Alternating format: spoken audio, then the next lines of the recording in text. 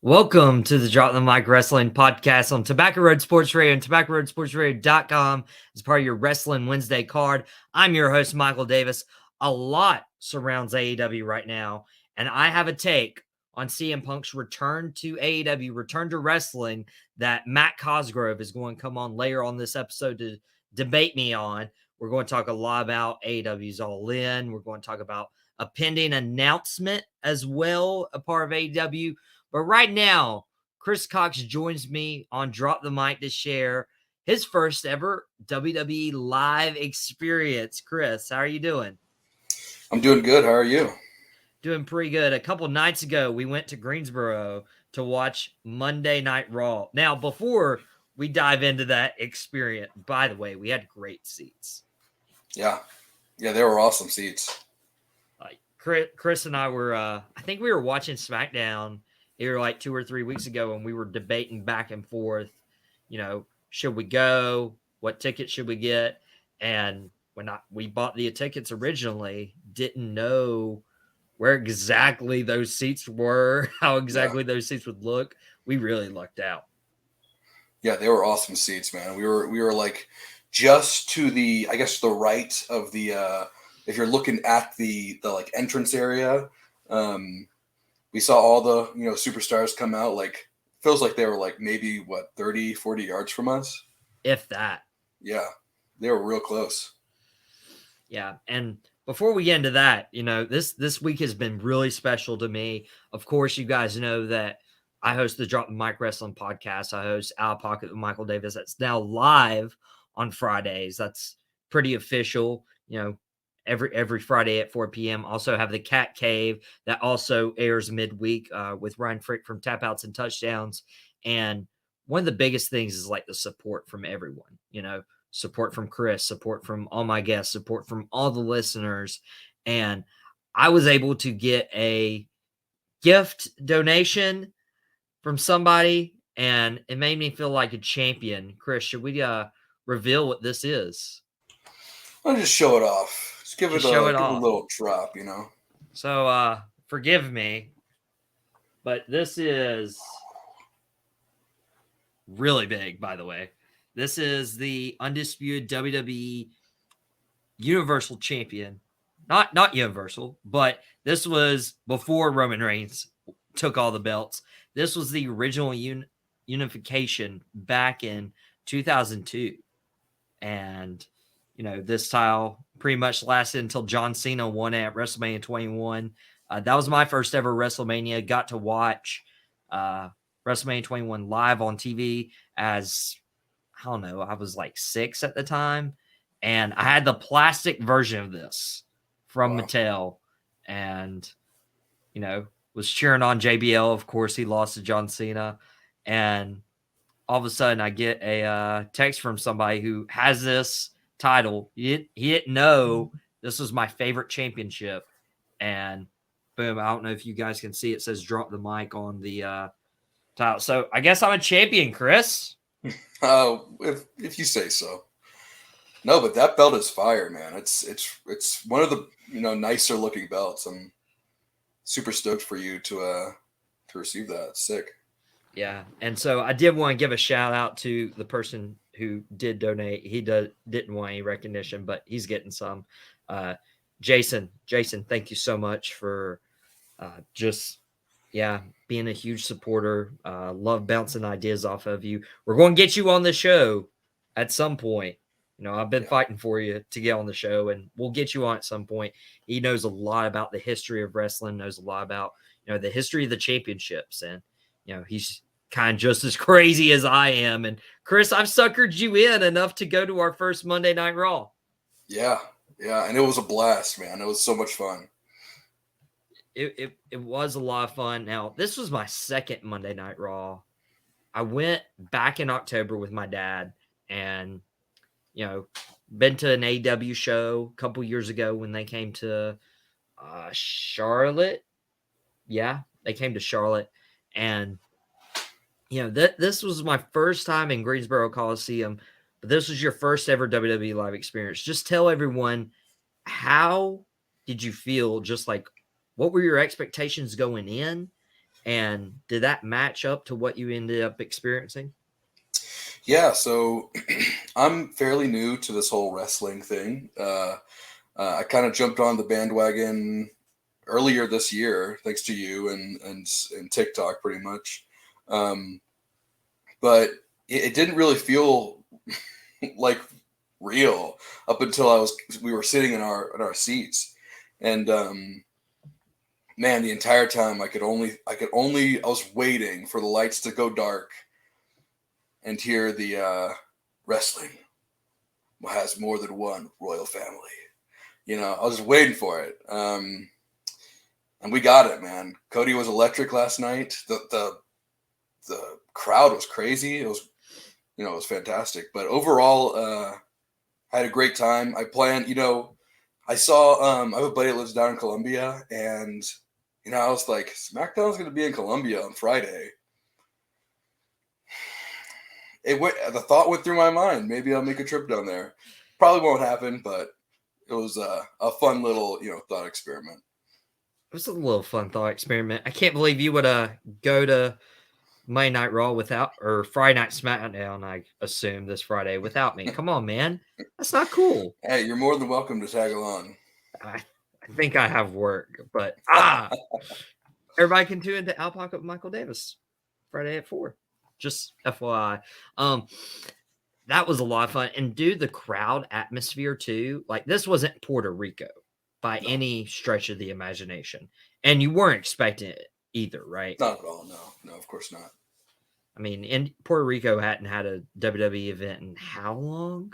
A while, a long time. I think that was. I kept hearing that Triple H was still like kind of in his era back then, but yeah, it's been a while since Backlash, or since WWE came to Puerto Rico, and you could really feel the excitement there. But down in Greensboro, it was crazy, but obviously not Backlash crazy. It was like kind of unexpectedly crazy. It was kind of unexpected. I didn't expect us to, just wow. Like, especially with Boo and Dom. Oh, yeah. Dude, that was just so much fun. Oh, look at that. And look at that. Speaking of unexpected, this is a shot of Chris and I, and we were caught on WWE TV programming. Dude, yeah, you were wearing your Cody gear. I was wearing the Cameron Grimes behind that Wake Forest guy. People that we sat beside were really fun too. Yeah, for sure. Yeah, we sat behind or right in front of two kids, and just listening to them experience, cheer on their guys. It was such a good time, It was a blast, man. It was super, super fun. And dude, it was really good. And some stuff, just like, if you've never experienced a live WWE Raw or SmackDown, I mean, there's stuff to do during the breaks too. I mean, we were trying to get on the DX cam. Yep. DX cam. What else? There was the Hulkamania cam. There's a couple other fun little in-person. You weren't into the dance cam, were you? No, wasn't a huge fan of the dance cam, but it is what it is. Was there any aspect in terms of like going to a show? Because people usually are like more content watching from home, which is fair. That's fine. But was there an aspect where you're like, man, they could have done this better to make my experience more worthwhile?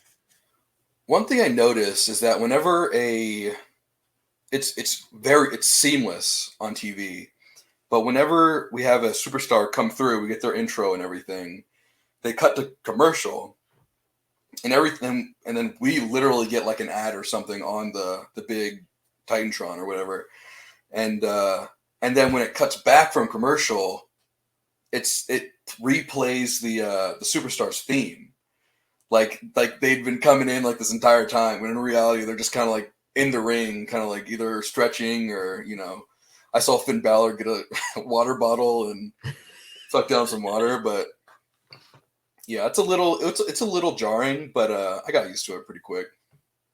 Wow, I didn't even catch the Finn Balor, Finn Balor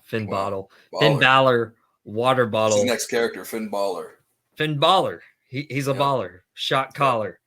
He's gonna join the Street Profits. Ooh, no, we didn't see Street Profits. I think the best thing. No, they're on SmackDown. They're on SmackDown now. Dude, I just hate that we didn't see Edge, Cameron Grimes. These are all SmackDown guys. Your guy, LA Knight's also on the blue brand. LA Knight, baby. That was for our video. Yeah. that was for our video viewers on the Tobacco Road Sports Radio's YouTube channel. Now let's talk a little bit about Raw a couple nights ago. Mustafa Ali won that Battle Royal to challenge Gunther for the Intercontinental Championship. Did not see that one coming. No. I mean, we looked at each other. We were like, Riddle wins this, right? For sure, Riddle wins this. He's like such a high card right now. He's hot off of the whole Step Brothers, Bro Squad, whatever you want to call them. And I don't know. It's a little I don't know, unexpected, I'd say, for Mustafa Ali to win. But I like Ali. Give him a chance. Is he gonna take down Gunther? No. No. I don't think there's a chance of that. But give him the fight. Dude, I don't know like how thin Mustafa Ali's chest is going to be. I feel like it's going to be another situation where Kofi Kingston got slapped by Big Show and he's just left with this indwelling mark on his chest for the rest of his life. I feel like that's going to happen to Mustafa Ali. Maybe, man. We saw a couple other promos. We saw Cody Rhodes promo. Cody referenced Starrcade being in Greensboro Coliseum. That was awesome. Man. Yeah, on our way in, you're like, I wouldn't be surprised if Cody, dropped a Starrcade reference or something. I was like, I don't know, maybe. And then he dropped it and he just looked at me. He's like, yeah, I told you. But man, Cody's promo game is on another level. He just cuts the best promos. The crowd was absolutely crazy for Cody, to the point where it's like after it went off air last night, Cody ran in and started doing some light wrestling in his suit, tore off his dress shirt, started playing around with Sami Zayn and Kevin Owens. But yeah, man. And Cody's he stuck around super long after, and he was signing. He did like a whole ring around the barrier, just signing people's stuff and taking selfies. And yeah, super cool guy. Cody did that, Real did that. And that's another thing about going to a live show is you're kind of getting that aspect of, you guys send the fans home happy.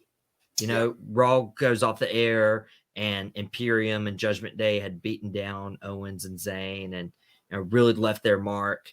And then after the show goes off air, here comes Riddle to save the day. Here comes Cody Rhodes to save the day. And it just leaves everybody in a good mood, even if you're not affecting the television product you're putting out for everybody else.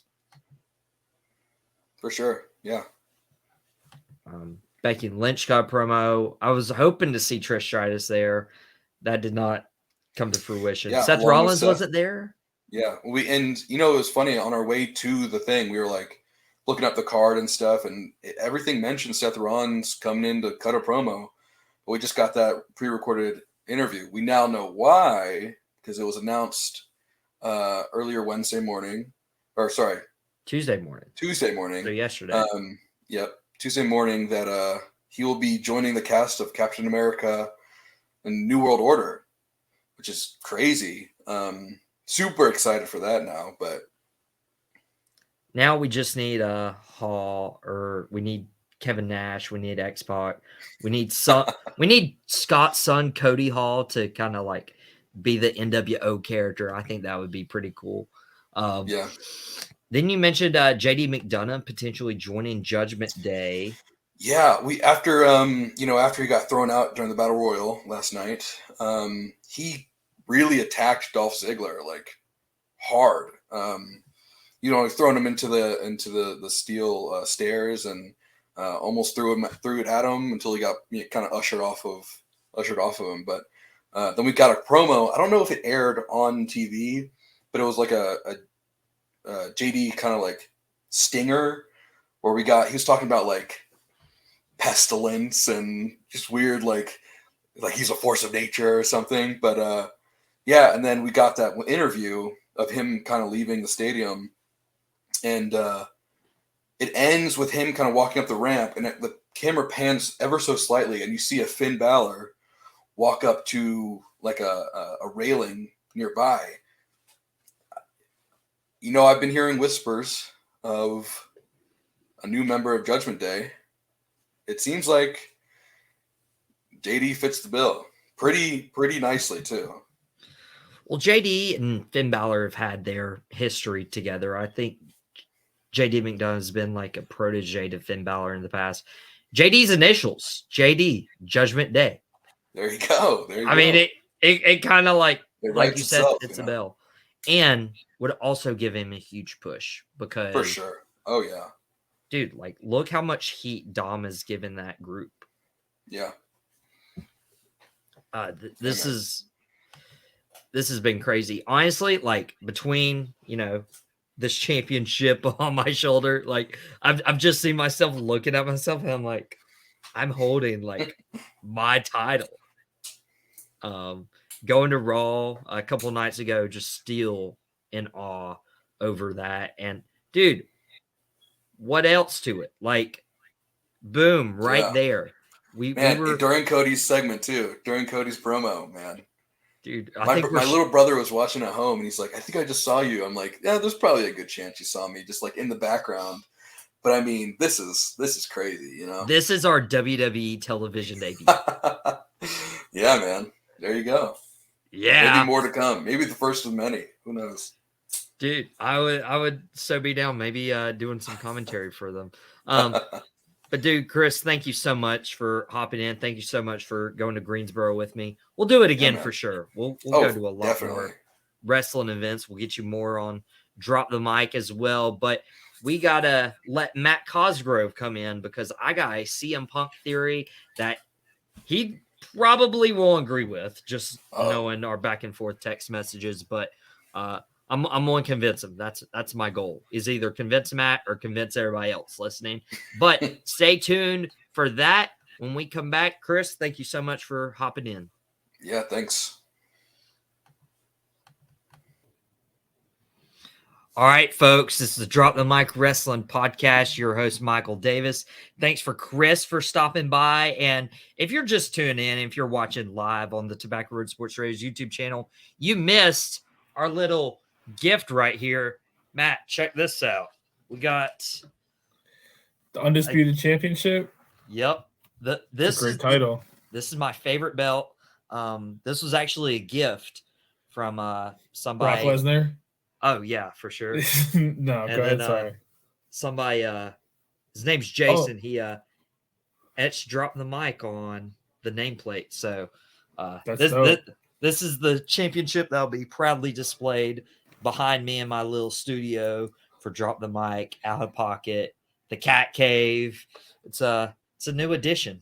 It's pretty sick, man. I've always wanted a title like that, so I'm jealous of you. That's a cool gift. It's awesome, man. I'm gonna have to carry Money in the Bank around whenever I know you're around. So. Oh no! See, one of my big pet peeves is like those guys who bring these sorts of titles to wrestling events and then they don't defend them. Like, come on. Well, no, it's 24/7. Like, I don't get the folks that bring like 7 or 8 titles with them. It's like, why? It's like people will travel across the country with those and like have to go through security and all this stuff. And I'm with you, man. I'm anti bringing belts to the shows. Yeah. Bring weapons. Like kendo sticks, steel chairs. Dude, but we saw a lot of weapons in that Kenny Omega, John Moxley steel cage match that we'll be talking about a little later on in this episode. But I want to bring a theory by you, and you and I always text back and forth, and sometimes you try to win the argument or the debate, and you hardly do. I don't know about if I lose them, but they're pretty hardcore, like the ECW fan base, like the Dynamite main event last week. But I have this theory, right? So everyone knows about CM Punk and the brawl out and everything. And I remember coming on this show back in September, October when this was happening. I was like, I'm not entirely convinced this is a work or a shoot. And so, Matt, with the pending CM Punk return, I've thought about this, okay? And I really believe it's a work. Now, before you say everything, okay, the first one that was like, is it a work, is it a shoot, was MJF last year. MJF not showing up to the signing, loses to Wardlow in a really weird fashion, cuts a pipe bomb promo and leaves. And then nobody hears from him the whole summer. There's rumors of him trying to get out of his contract and refusing to work with AEW. And then all of a sudden he shows up at All Out as the Joker and returns. Well, that same night, CM Punk won the title for the second time. But the first time he won it, he got hurt a few days after. The night he went for a second time, he hurt himself in that match, knowing he'd have months of recovery. And Tony Khan's invested a lot into CM Punk. And it would kind of be a big letdown if you're like, okay, they got this big star. He's a little up there in age. And now he's won the world title and he's gotten hurt and he's going to have to drop it.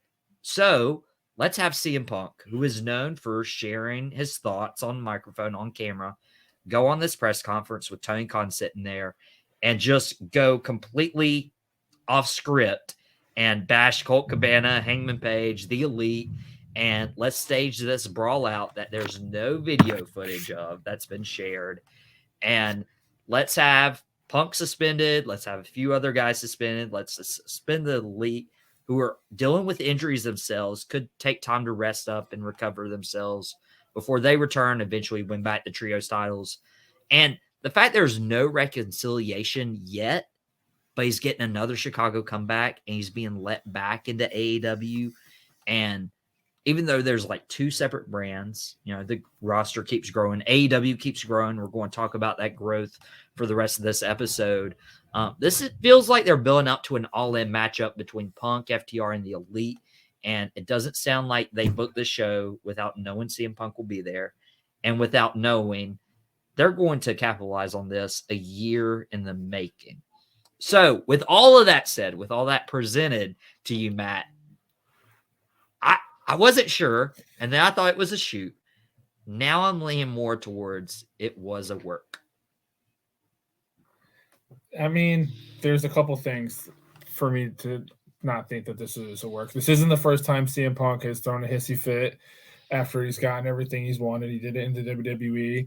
He's done it now in AEW, no less moments after they did all these things that you just said. They gave him the belt back. They trusted him. They also, they gave him the main event spot in Chicago, probably something that he wanted.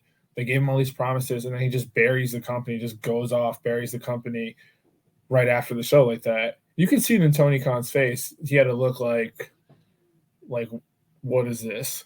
Like trying to keep it together kind of deal. So if it were going to be a work, I think there may have been like some sort of exchange. You talk about afterwards when there was this big fight, the brawl out or whatever, as it's called. Some people call it.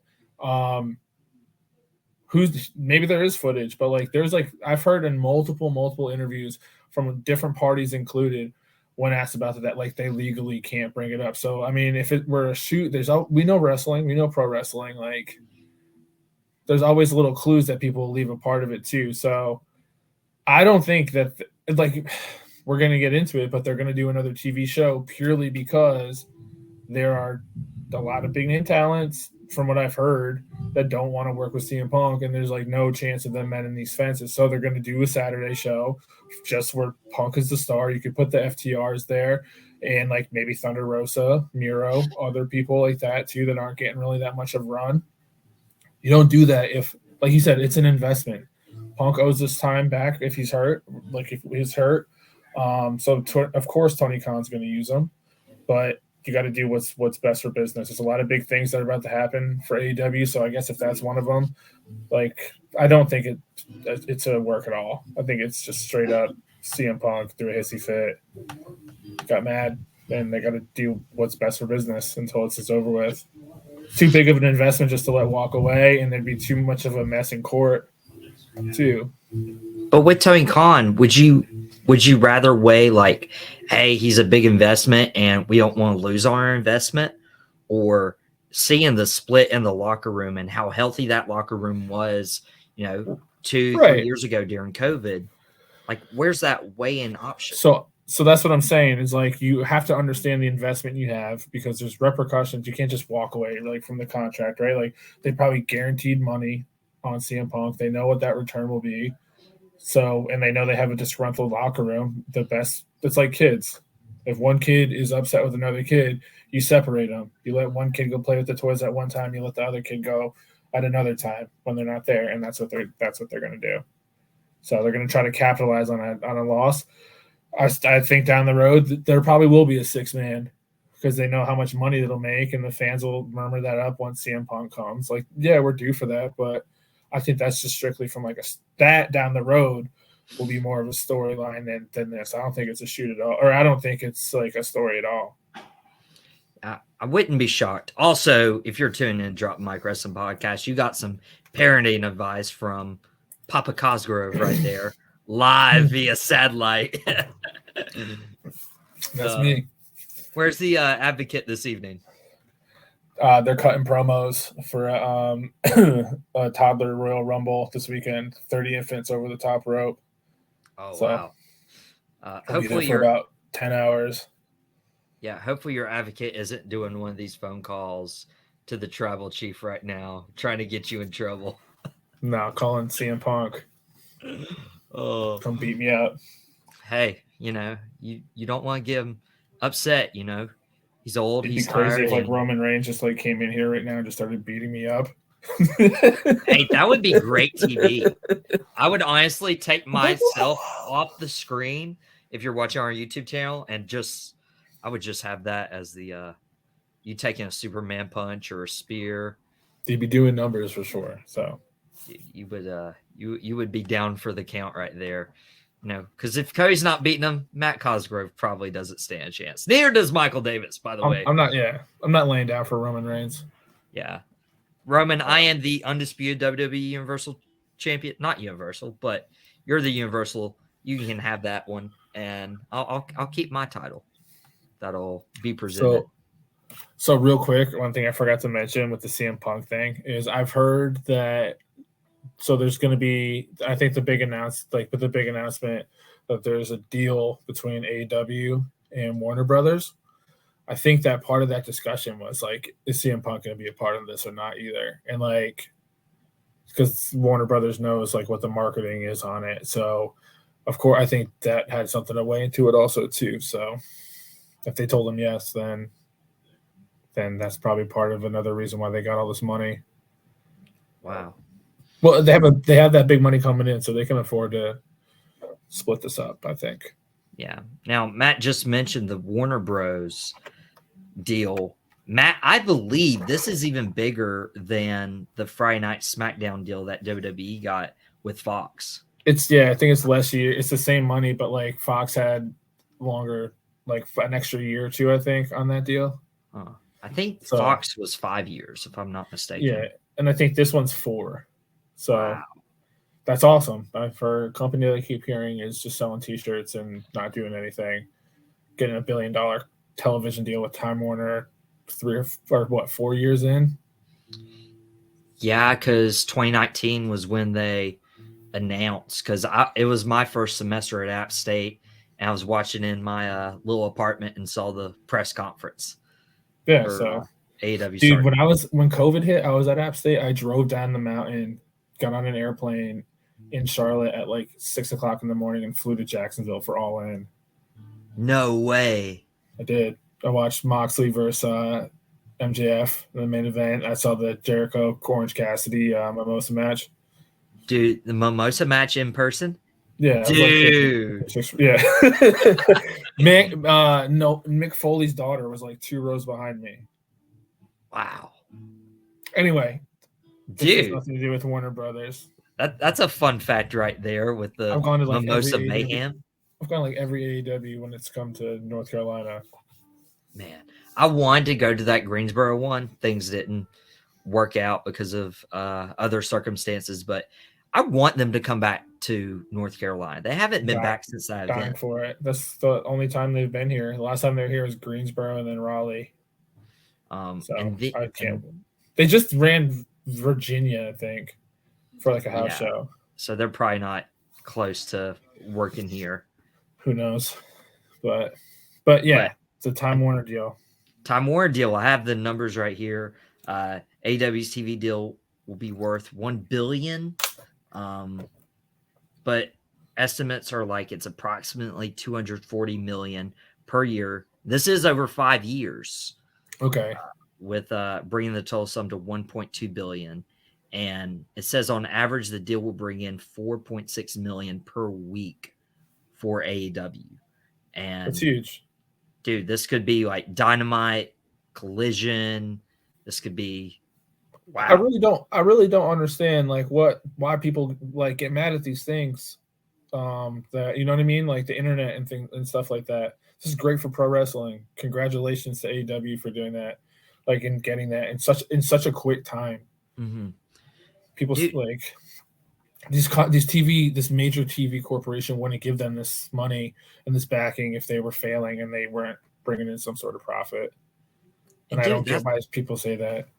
That's the thing that gets me is like there's like the tribalism in pro wrestling with the fans, right? It's like either your team WWE or your team AEW, and you can't be both. Even though you can watch Raw on Mondays, SmackDown on Fridays, Dynamite on Wednesdays, like it's not like you're in the Monday Night Wars and you're trying to decide which program you're watching. It's a great time for pro wrestling. Like MLW's on television, you got Impact on Thursdays. Like I don't get why people want to see wrestling fail. It doesn't make any sense. But with that deal too, I think I heard that they're going to be on HBO Max also. That includes a streaming deal.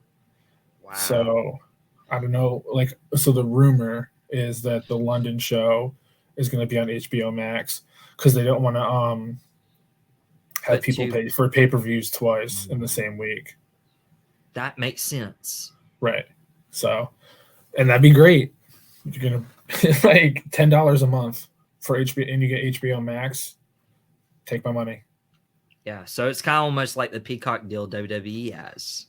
From what I'm hearing, but I mean, we'll see. But the fact that Time Warner, who is no slouch, is giving them that sort of backing that quick, like you said, the same as WWE, maybe even more, is something that shouldn't go unmentioned. It's going to be the talk of the wrestling world for the next few weeks, I think.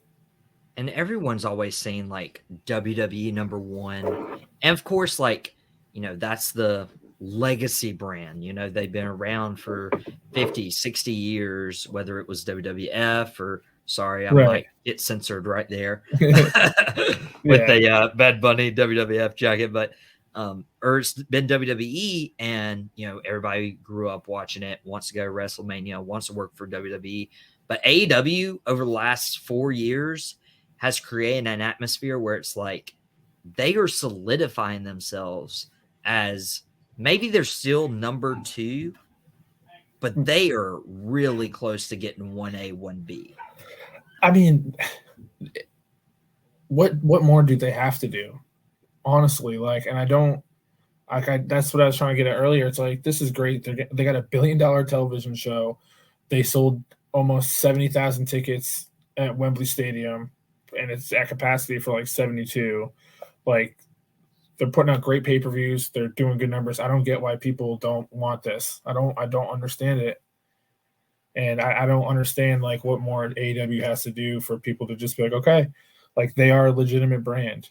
This isn't like WCW's or something like this. Tony Khan like puts his all into this. So I don't get why the goalpost always moves for AEW, but not for WWE when they do the same stuff. Sorry, I went on like a rim there. No, you're good, because this fires me up too. Like, I know I kind of give you a hard time through text back and forth, and and I'll go ahead and say it. I've been supporting AEW. I've been a fan of AEW, but I did not expect All In to get the amount of pre-sale buys that they got. Yeah. They're up in like what, 65,000 right now? Yeah, they're like 67,000 sold or something. Yeah, that's insane. Dude, this is rivaling like any WrestleMania or stadium show. Like, and this is crazy because they did it right. It's a starved market, and they knew they would do it. Like it, and you're right. It is crazy. Like they haven't announced a single match on that card. I think what was AEW's like highest attendance record before then? It was like one of the New York shows, right? Like at Arthur Ashe Stadium. Yeah, I think it was like somewhere like 25,000, give or take. 20,000, yeah. 20,000. Dude, Yeah, they've tripled that. Like, that's a huge success. Yeah, good. Like that's a great thing for wrestling. And that's awesome. This is like going to be such a huge summer for AEW. Like it's going to be a heat check moment for that company, and like a lot of eyes are going to be on them. So like I expect a lot from them, especially with like, dude, like they're going to get this $1 billion TV deal, and the next storyline they're going to go rolling into is MJF having the belt coming up on 2024. Yeah. Tell me that's not TV. Like you got the Kenny Omega Don Callis stuff. We don't know who Don Callis was supporting because it doesn't look like it was Blackpool Combat Club to me. So it didn't.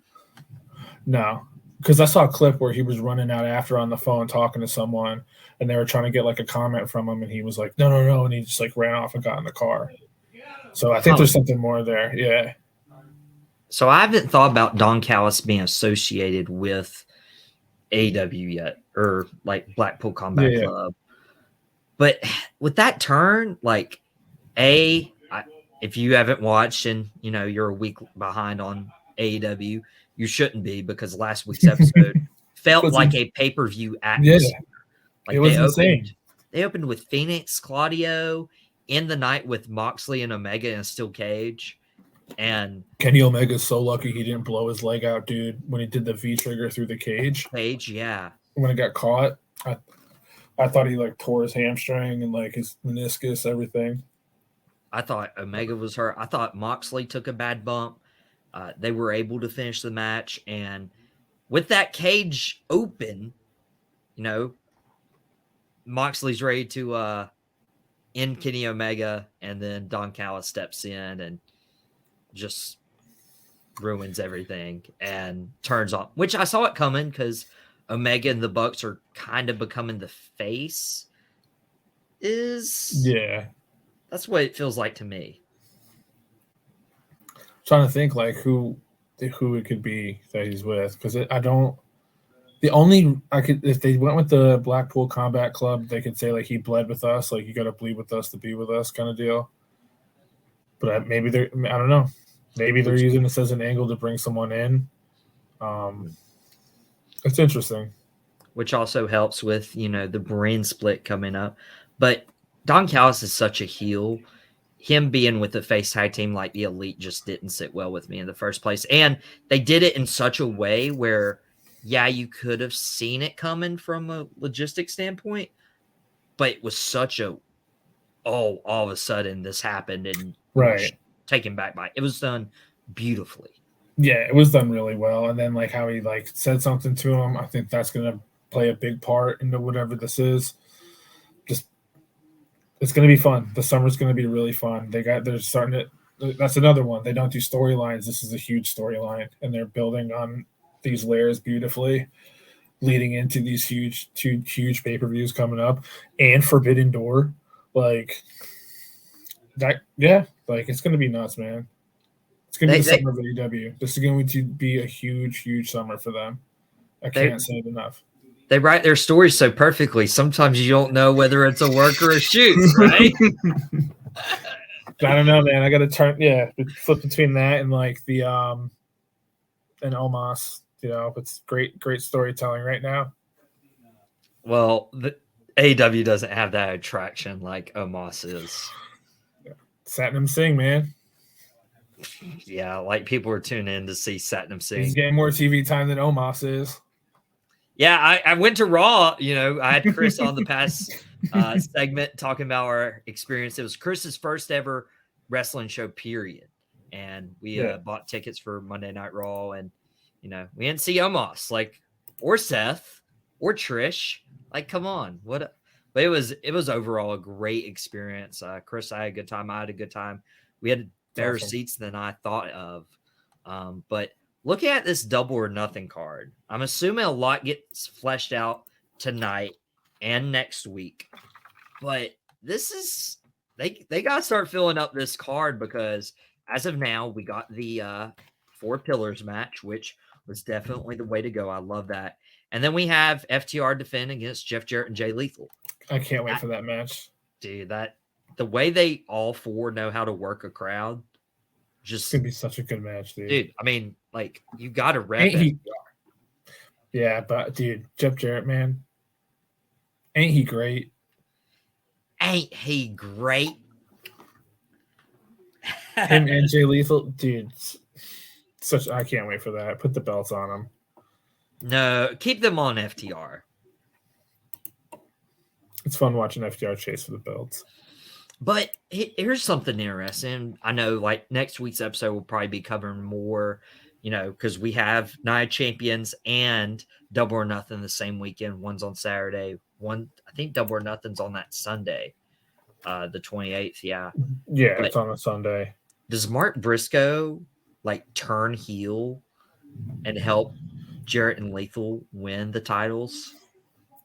I'm not really sure. I think that, like, that's what's so intriguing about it, is that could go either way. You know, like, that could that's the thing with FTR. Like, they do such great storytelling. Jeff Jarrett's been around for so long that it's intriguing. It could go either way, and I'd enjoy it either way. I really don't know what to expect with that match, besides maybe who would win, but it's gonna be great. I'm gonna love it. I think Mark Briscoe is just gonna keep the crowd hot. So we'll see what happens. Tonight will tell us a lot too about what's gonna happen in that match also. And speaking of tonight, do you expect any other matches to kind of be solidified in terms of what's happening at Double or Nothing? Adam Cole versus Chris Jericho. That's gonna happen for sure. That's in tonight will be part of the reasoning to why it happens. I'm not the back of my mind too tells me we might get Undisputed Elite versus JAS, because Kyle O'Reilly's due to come back soon. Yeah, that might be something they could run another. But Adam Cole versus Chris Jericho, have Adam Cole have his first singles match since coming back from the concussion. Have him win. I'm also thinking maybe Wardlow versus, I don't know if I want Christian or Luchasaurus yet. They're going to do Christian, man. We'll see what happens. Why would you pick Christian over Luchasaurus, though? Do you hear the heat he gets? Yeah. Dude, they need to put that belt on him and let him go and just talk. He was getting nuclear heat. It's getting worse and worse each time when he comes on. So I like it. I think we're going to get Hangman in the Elite versus Blackpool Combat Club. That'll be one. So that'll be good. Women's title. Women's. Maybe we get something with Jade. I think Saraya versus Jamie Hayter will probably happen, or they'll do a tag team match. Outcast versus maybe Britt. Jade Cargill versus Ty Valkyrie. Oh, yeah. Because their last match didn't end clean. I don't remember. It was a pretty dusty finish, but Jade went over clean, I guess, so to say, pinned her. So I have a feeling we get Keith Lee and Swerve Strickland too at that pay-per-view. Dude, I'm out on Keith Lee, man. Keith Lee's the man. Dude, I'm out on him. Like, just watching him coming to AEW, like, I don't know if it's the gray hair that's like turned me off, but like, I feel like he's lost some strength since he was in WWE. Like, he struggles to. He almost execute died. pretty good moves. Yeah, That's like, probably why he lost some of his strength. but he hasn't recovered that. A lot of people really aren't the same when they almost die, though, either. I mean, that's fair, but like, this isn't. I'm expecting Keith Lee from NXT. I'm expecting Keith Lee Again, from man, Survivor like Series. when I see Bret Hart, I think he's going to do something from 1994, but then I have to remember his body's been through a lot, and he's not the same Bret Hart as he was when I, picture him. That's a pretty extreme scenario, but I think Keith Lee still got it. Like that tag run him and Swerve had is great. I think the building of that story has been really good, and I think we're going to get the payoff. Like he's going to finally get his hands on him. So we'll see. I really like to enjoy. I like enjoying like letting it play out, kind of, because AEW is good at no pun intended, like swerving me or doing like something different that I don't expect. So I like that. Dude, that would be quite a swerve. And Swerve and Keith Lee could benefit from this brand split coming up. And I'm sure this is going to be the talk for, I guess running up till Collision debuts and they officially announced that brand split coming. But we saw Miro and Thunder Rosa come in.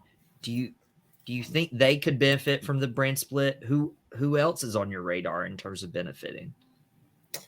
Yeah, I definitely think that like they'll benefit from like a split like that, and I think that's part of like that's like another reason why that show is going to be like different from the rest of it, because like you're going to have Punk on there who has differences with people in the locker room. I'm sure there's people in the locker room that have differences. Britt Baker and a bunch of other women's wrestlers have problems with Thunder Rosa. I don't know what the levels of it may be. Like I'm sure there's people that have heat with Miro. We know Sammy Guevara has heat with like everybody. Andrade. Yeah, I think Andrade showing up would be pretty crazy. And then like what if you made that like an NWO of sorts? But then again, like there's like that that's the benefit of making this other show is you can send all those folks that have problems with other people there, let them play in that corner, and then you let the others play in this corner. Like FTR could go on that Saturday show. I think that's the major advantage with this brand split. But the one thing I don't want them to do is like more belts. Don't need that. I feel like you kind of need a second world title though if you're doing this brand split clean. No. You just have that title do double duty, or you have like they do a good job with their storylines as it is, where like they could keep it firm one way, where things don't overlap, but they could tease like in the future. Another match, I think this is really random about like teasing in the future. I think we're going to get Bullet Club versus Ricky Starks and Shawn Spears. Oh yeah, because they've had some back and forth. You're talking about Double or Nothing. Yeah, sorry.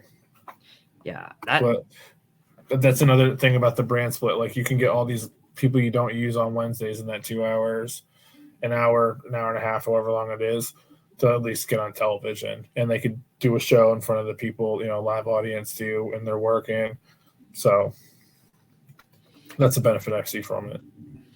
Could you see it being hindered by like WWE's running pay-per-views or premium live events on Saturdays? That's the only like thing I'm seeing in terms of like choosing it to do it on a Saturday. I mean, that's like a once every 4 week thing. And then sometimes, they're only going to do the Saturday stuff during like football season, so they don't have to go up against the NFL. But they're going up against college football.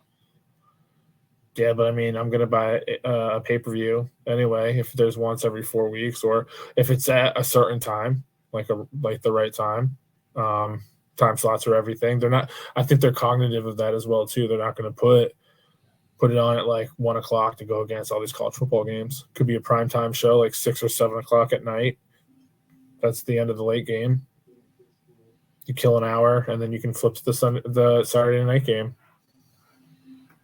I think it'll be okay. It'll be interesting to see how they maneuver it. But Matt, if there's anything that we know, AEW is on the rise, and people need to take note. This is why we started the Drop the Mic podcast. Is when Cole came and Danielson came. Punk wrestled his first match back in like 7 years. Like this is great. the boom period. Yeah, this is another milestone for them, and it's awesome. Like it just baffles me that people want to see things like this fail. I don't want to see it fail. It's a great alternative if you don't like WWE, or if you need more wrestling. It's there, and it's good. It's good stuff. It's helped everybody. I think that's why Cody's so beloved right now in WWE circles. Is like he helped everybody make a better living for themselves. Yeah, and like they just saw that like he did it, so good for him. Yeah, so you gotta start watching these wrestling podcasts, because it's all about the boom wrestling era. Drop the mic, baby. Let's hope we don't get a copyright infringement from Adam Cole or Chris Jericho for that matter, because Adam Cole got this catchphrase from Chris Jericho. But Matt Cosgrove was joining us live from via satellite, and just like Out of Pocket with Michael Davis will be live this Friday. We'll talk a lot about the NBA. We had the draft lottery last night that we're going to talk about. The Hornets, unfortunately, get number 2 to the Spurs getting one. Do that upset. I was ready to buy the season tickets. I was speaking with my girlfriend's brother, and he was saying how he was like looking on Zillow. He was so pumped. Man, dude, the Spurs go for another like 3-4 tiles with this Wembanyama kid. I'm gonna lose it. I don't like the Spurs for obvious reasons, being a Miami fan. We'll also talk about the Miami Heat potentially pulling the upset again against the Boston Celtics in the Eastern Conference Finals. I'll probably have a rant about Ja Morant, and because he's upsetting me, man. Stupid. But that will be live Out of Pocket Friday at 4 p.m. talking some basketball. You can catch the Cat Cave also on the Tobacco Road Sports Radio, the Keep Pounding Podcast Network, and Fans First Sports Network. That should be up along with myself and Ryan Frick. But Matt, we got to get out of here. We got to continue our Wrestling Wednesday card. Thank you so much for tuning in. We're live, pal. Yeah, absolutely, man. Yeah. Appreciate you, man. Thank you so much, Matt and Chris, for stopping by on the Drop the Mic Wrestling podcast. Make sure you tune in Out of Pocket with Michael Davis for this Friday on the Tobacco Road Sports Radio YouTube channel. Subscribe to the channel. You don't want to miss Drop the Mic, Out of Pocket, or the Cat Cave, or any of the other stuff going on. Jonathan Stort's on a Believe in Panthers podcast with the producer Desmond Johnson. And whatever you do, don't drop the mic, and we will see you all next week.